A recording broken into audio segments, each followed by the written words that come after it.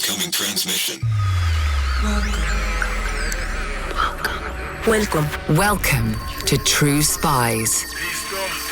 Week by week, mission by mission, you'll hear the true stories behind the world's greatest espionage operations.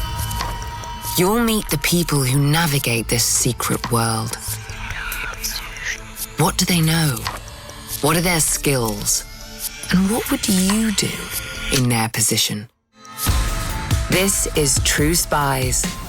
The Chinese had told him that they were using some software that would delete the messages after a period of time. And so he actually offered to bring the phone in, and he did this believing that the messages were deleted already. But when he walked into the hotel room, he met with 2 FBI agents who had also brought with them a computer forensic technician. This is True Spies. Episode 108, Network Request.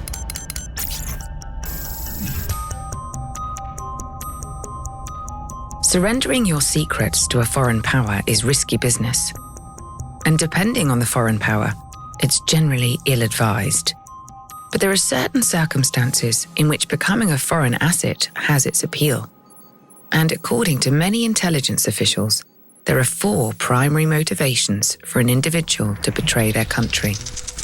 Money, ideology, coercion, ego. MICE. MICE. It's a cute little acronym that I think was developed in the 70s or 80s as a way as to sort of try to categorize some of the motivations or why people commit espionage. Sometimes coercion gets swapped out for compromise. Just another way of saying, not every individual becomes an asset by choice. But the other 3 reasons? They're powerful motivators for someone disposed to turning their back on their country. The spy we're hunting in this episode went to work for the PRC, the People's Republic of China, seduced by at least 2 of those factors. He had the money and the ego. Ideologically, he had an affection or an affiliation for that part of the world. I don't know if his ideology was aligned with the PRC. He certainly wasn't coerced. He wasn't blackmailed. But definitely the bookends of mice, right? We had money and ego playing into this situation. And so, he was a prime target. Money and ego can fuel extraordinary want.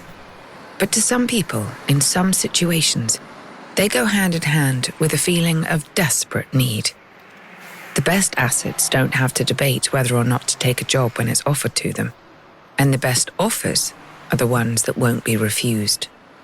When you're trained as a case officer, you're taught to identify those type of vulnerabilities, the indicators of vulnerability. What is this person saying to me sitting across the table? What desire, what need do they have that I can exploit? This week, a case study and a cautionary tale in the field of counterintelligence, delivered by an expert at the top of his game. My name's JT Mendoza. I've held a variety of positions within the U.S. government and industry. Throughout my career, I've had the privilege of leading and overseeing various investigations, collaborating and working with other partners throughout the intelligence community and even in the international community. For over 2 decades in various roles for the U.S. government, JT rooted out insider threats, perpetrators who might bring about harm from the inside. And he also worked to eliminate the factors that inspire people to spill classified information in the first place. JT wasn't the only person investigating this American turncoat. He was part of a sprawling team of intelligence officials working to catch him in their net. But he's made a career of getting inside the heads of people who betray their companies and their governments, which is why this case came across his desk at the Defense Intelligence Agency.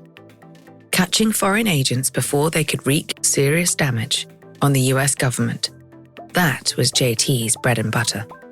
Every day we're looking at different types of indicators that are occurring within the DIA, whether it's security violations, whether it's leads from coworkers or leads from background investigations, different types of issues that occur.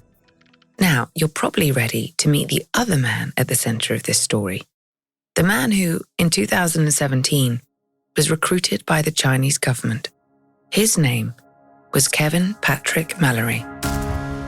Why would the PRC want to hire Kevin Patrick Mallory? Well, let's take a look at his CV.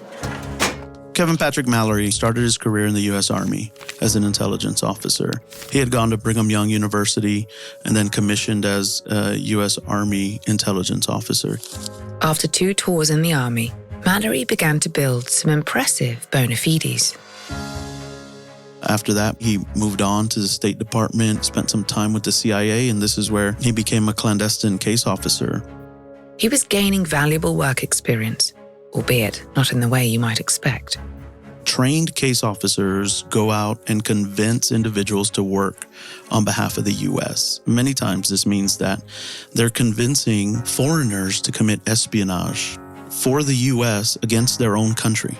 It's quite sad. Ultimately, that's what was done to him, but that's who he was. He was trained to be a clandestine case officer.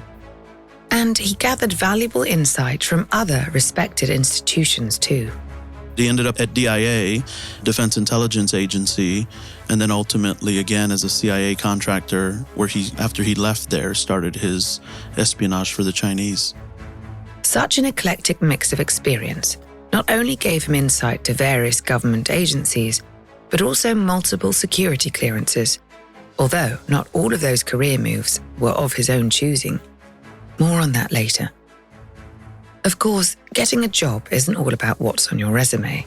It also helps to be, well, basically nice, respectful, capable of keeping your personal and professional lives separate, all of which appeared to be the case for Mallory, at least from the outside.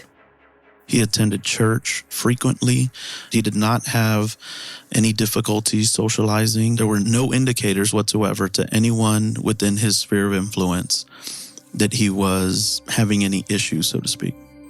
Mallory had lived all over the world, and he'd met his wife in Taipei. They had 6 children and spoke Chinese at home, and they lived in the well-to-do residential community Raspberry Falls, located in Northern Virginia. They were devoted churchgoers. By many accounts, Mallory seemed like a good guy. So how did things begin to unravel? Or how did the Chinese government unravel him? It started in a surprisingly mundane way. They reached out to him on LinkedIn, which, as we all know, is a professional platform for different industries, for every industry. LinkedIn, the social network for business professionals, boasts almost 1 billion users. Someone on the site had found Mallory's LinkedIn profile and reached out to offer him a consulting job. And that's not as rare as you might think. American and European intelligence officials have reported that thousands of attempted recruitments have happened on the platform, especially by Chinese spy agencies. I've had individuals reach out to me for different types of consulting requirements and offering different amounts of money. We've seen this sort of tactic, if you will, used by the Chinese over and over again of offering individuals or asking individuals if they'd be willing to write white papers or do consulting or speak at a conference in China. According to JT, this is a tool not only for spotting potential spies, but also for assessing their potential value to the People's Republic of China. During that assessment process, what you're trying to determine is this individual in a position or willing to commit espionage against their country or against their organization, if you're talking about economic espionage, right? You know, there's hundreds of case officers in China and other types of intelligence-related individuals constantly just looking for individuals, targeting individuals so that they can get to the assessment to identify someone that's willing to commit espionage. And so he may have posted something on LinkedIn about looking for work, and he received a LinkedIn message from Michael Yang, who passed himself off as a think tank representative looking for a foreign policy expert. How flattering. Someone thinks you're an expert. We now know that Michael Yang was actually a Chinese intelligence officer that was simply doing spotting. And then once he identified Mallory, he passed him off to his quote-unquote boss at the think tank, who would be his handling agent, his handling case officer. You have to wonder, at this point, how much did Mallory understand about the new job opportunity? Was he already aware that he was being asked to spy for a foreign power? I don't know, to be quite honest, as someone who is pretty active on LinkedIn, and I get a number of messages a week of individuals looking for, whether it's foreign policy experts or intelligence experts. I don't know if he knew. We do know now that he knew that he was meeting with Chinese intelligence officers. So even if you give the guy the benefit of the doubt, maybe he wasn't fully aware of the job description. He certainly knew who his employers were. And, most importantly for Mallory, he knew what he'd be making. $25,000. After he responded to the LinkedIn message, they invited him to China. Records indicate that they struck up a relationship, and even in his first trip to China, he handed over some pretty sensitive secrets verbally. Mallory returned to the United States, his assessment complete, $25,000 richer. Within just a couple of months of receiving the message on LinkedIn, he was working as an agent for the MSS, the Chinese Ministry of State Security. But he wasn't exactly the smoothest spy, because the way he went about finding information set off alarm bells for his former colleagues. He actually reached out to some of his previous coworkers who thought some of his questions were a little beyond someone just looking to catch up. And so he was actually asking some of his coworkers from CIA and DIA operational questions about individuals who Mallory knew were cooperating with the United States in spying against China, but spying for the US. That's when American intelligence officials detected a whiff of something treasonous about Kevin Patrick Mallory.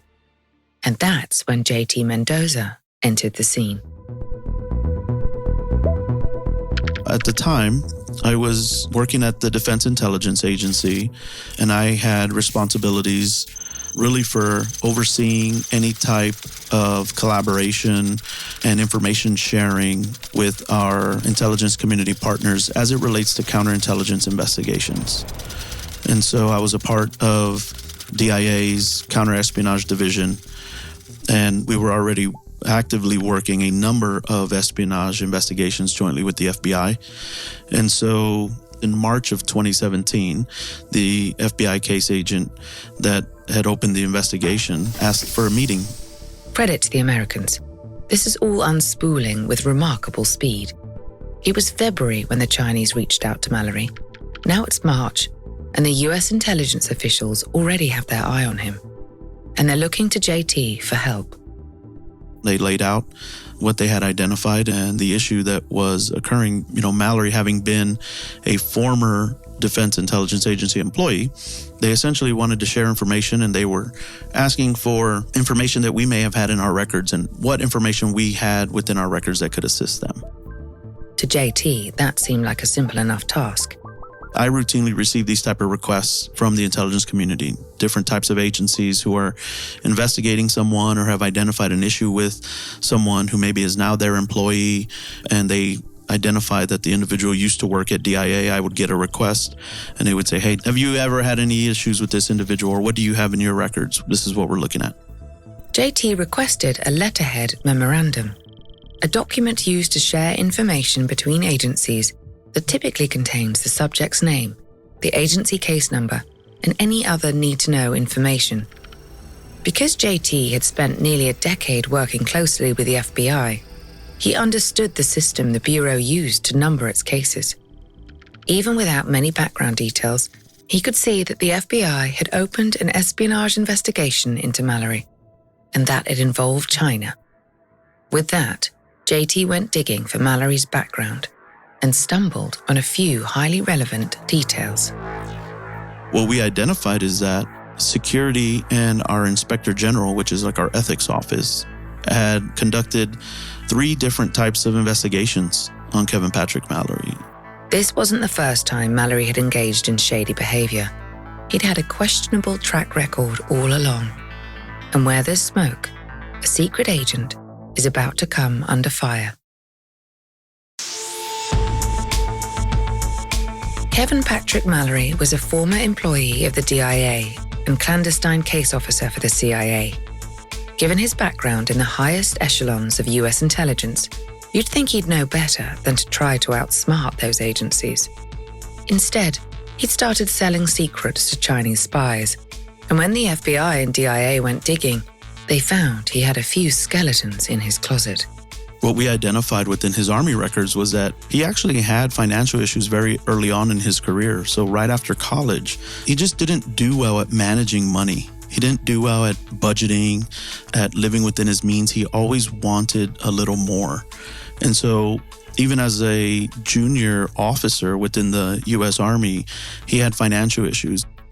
And as Mallory progressed in his career, the consequences of those issues were magnified. Clandestine case officers are often given what I would say is a little bit of latitude with operational funds. So there's classified funds that they're allowed to use as they attempt to carry out their mission, as they attempt to recruit individuals. He misused operational funds, which is something you just don't do. It's very sensitive. Those are the types of issues that actually we have to report to Congress whenever there's issues with operational funds because of the sensitivity of the nature of those funds and how they're managed and scrutinized. He had also had several violations to include sharing top secret information with uncleared individuals. So he had shared top secret information with an individual that had no clearance whatsoever, which was a grave issue. That incident had been risky enough that Mallory was placed on leave and investigated.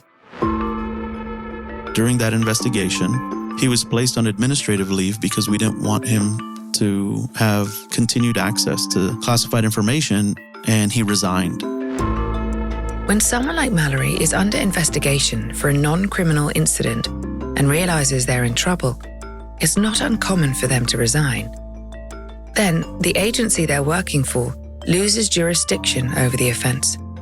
After that, local law enforcement often neglects to pursue the matter. Mallory's resignation put an end to the investigation and effectively allowed him to slip through the cracks. Now, he was out and about, making his second journey to convene with his new clients. And on his second trip, after the MSS, or the Ministry of State Security, recruited him, he was issued a covert communications device, a cell phone.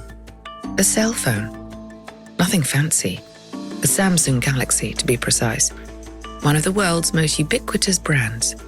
That cell phone would play an important role in Mallory's unraveling. And so on his return trip, our investigation had already ensued. In April of 2017, when he came back from China, we had coordinated with CBP to conduct a secondary search when he came through at Dulles. CBP being Customs and Border Patrol. When Mallory landed at the airport in Washington, a warm welcome was awaiting him. And so they searched his belongings. He lied on his customs form that he was not transporting more than $10,000, but in fact, he actually had $16,500 on his person. A fresh paycheck from the Chinese government. He had also lied about the phone, which the Chinese had issued as a covert communications, or what we often refer to as a COVCOM device. He told CBP that it was a gift for his wife.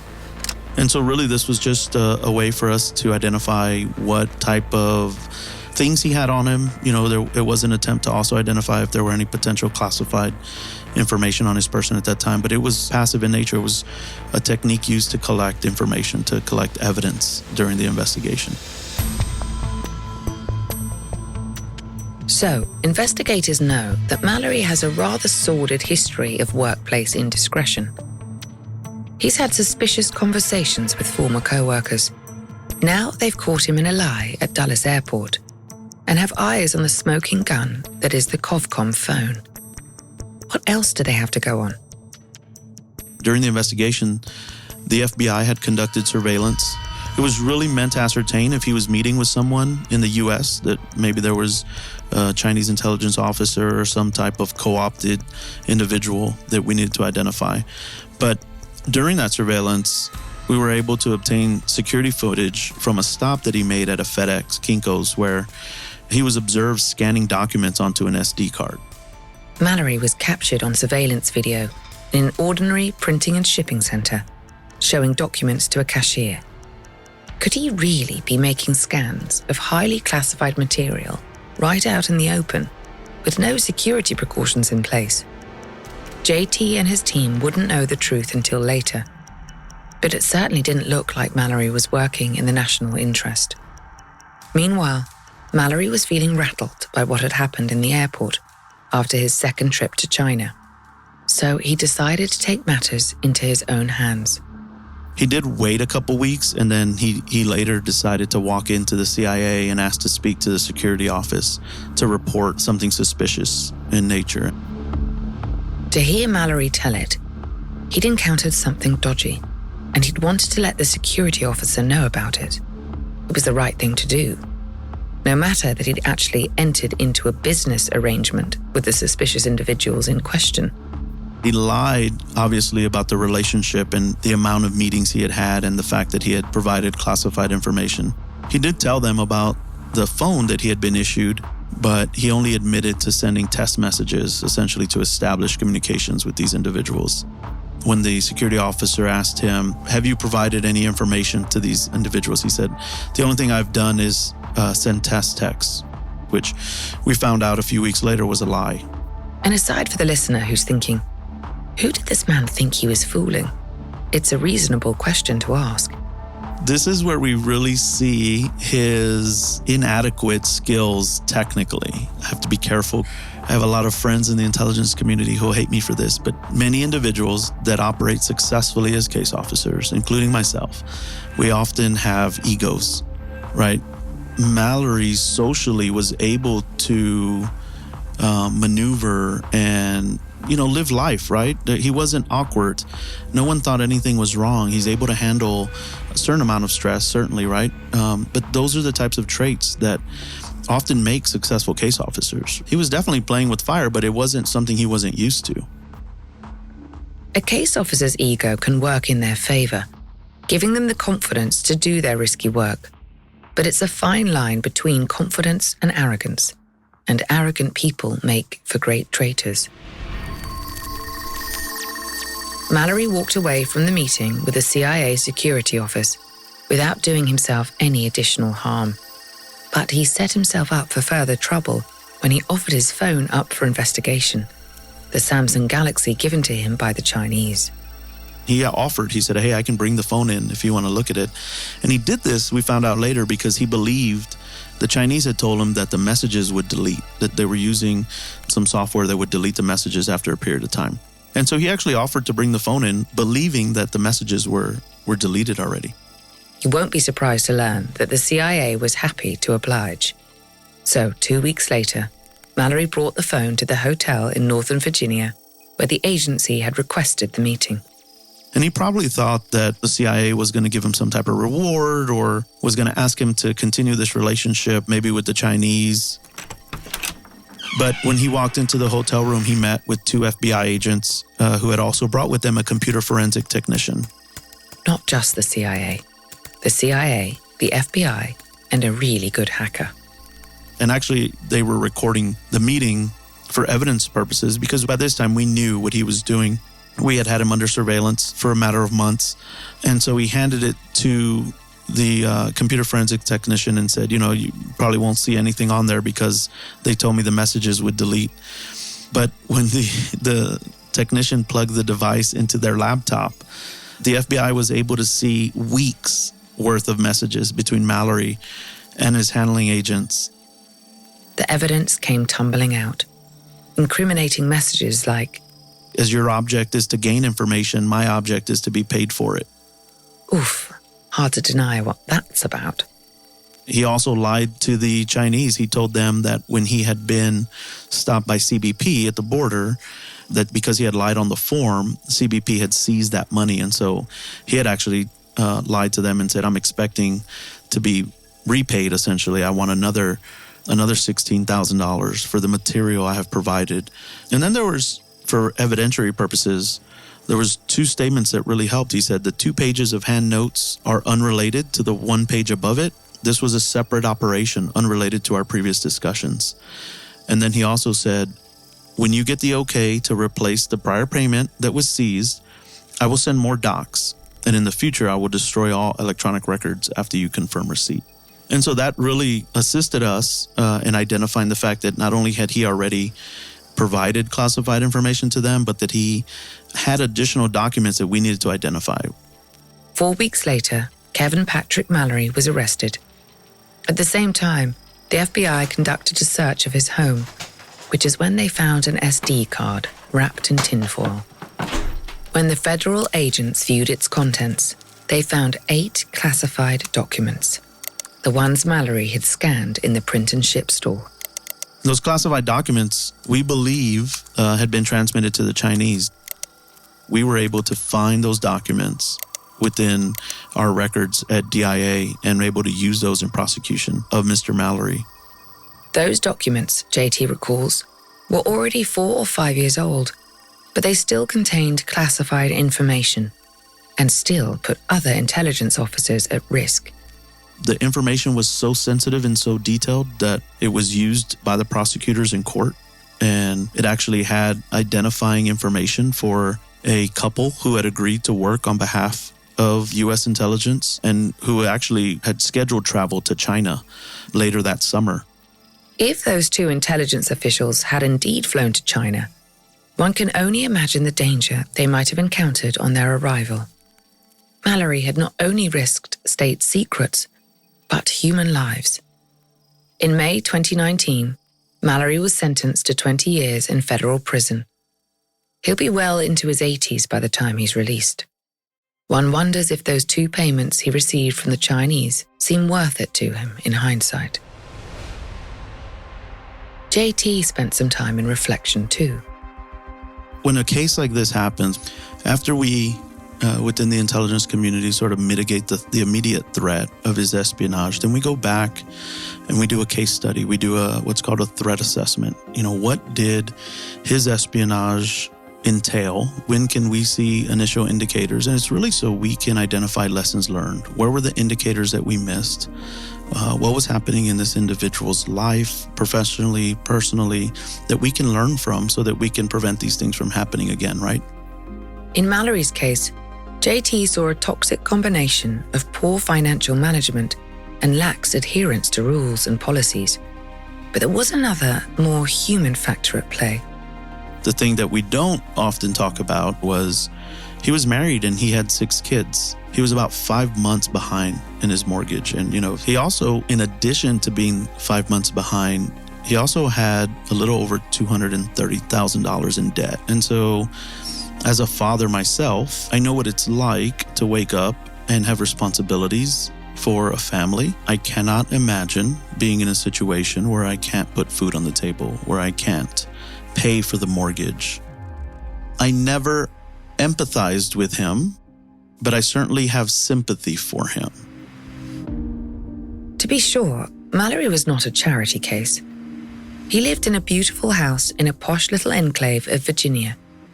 But he had a big family to support, and as the FBI and DIA investigation revealed, managing money did not come easily. Sometimes it's about more than money or ideology or coercion or ego. Sometimes the great motivator is desperation.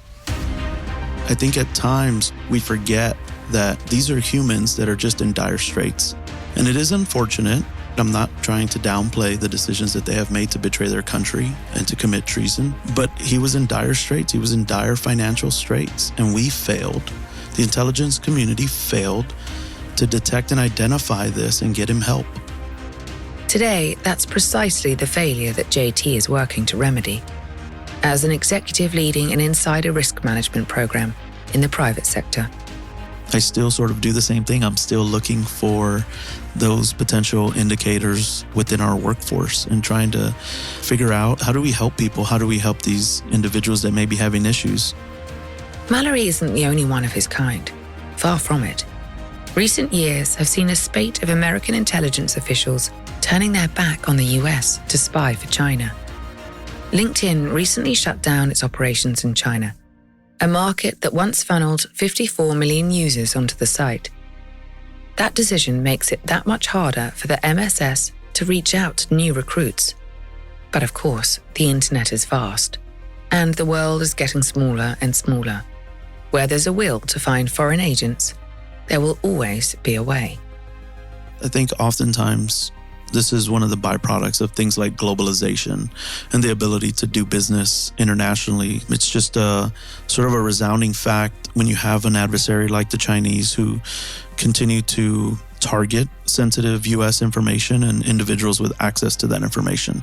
Until we get to a point, our security programs evolve more to a point where we're willing to help individuals that are having issues. I think that's really the only thing that'll probably assist us in seeing a decrease in these type of cases. For JT, it's about going back. Before the LinkedIn message ever landed in Mallory's inbox, before his abrupt resignation in the midst of an investigation, before he ever learned a single classified secret he might one day share. What if we could have gotten him some financial help early on in his career? What if early on, as a junior Army officer, as he experienced financial issues, someone would have said, hey, Kevin, you really ought to go over to whatever it is, right? This office who can help you in outlining a budget so you can live within your means. What if someone would have done that? We wouldn't be here today.